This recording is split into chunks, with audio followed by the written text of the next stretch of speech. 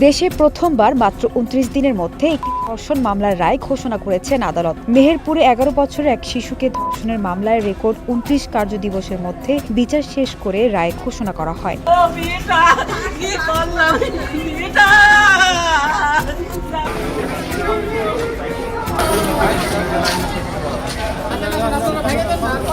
মামলায় অভিযুক্ত যুবককে মৃত্যুদণ্ড দেওয়া হয়েছে।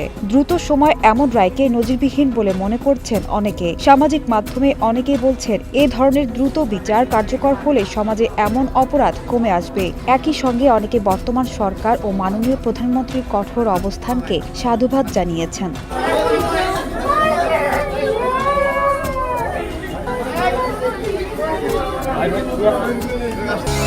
আমাদের নতুন ফ্ল্যাট, ওয়াও! নতুন সোফা, সোয়ান ফোম।